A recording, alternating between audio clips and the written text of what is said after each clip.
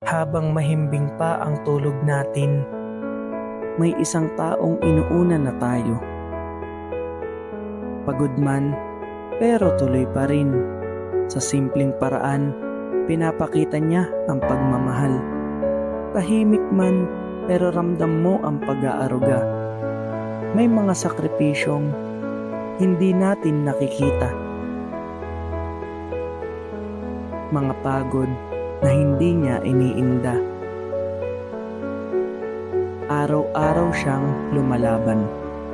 Tinitipid ang sarili para may mabigay sa pamilya. Sa bawat hain, may kasamang lambing. May mga oras na siya lang ang nakakaalam ng bigat. May mga nanay na kailangan din maging tatay. Kahit hirap, tuloy pa rin para sa pamilya.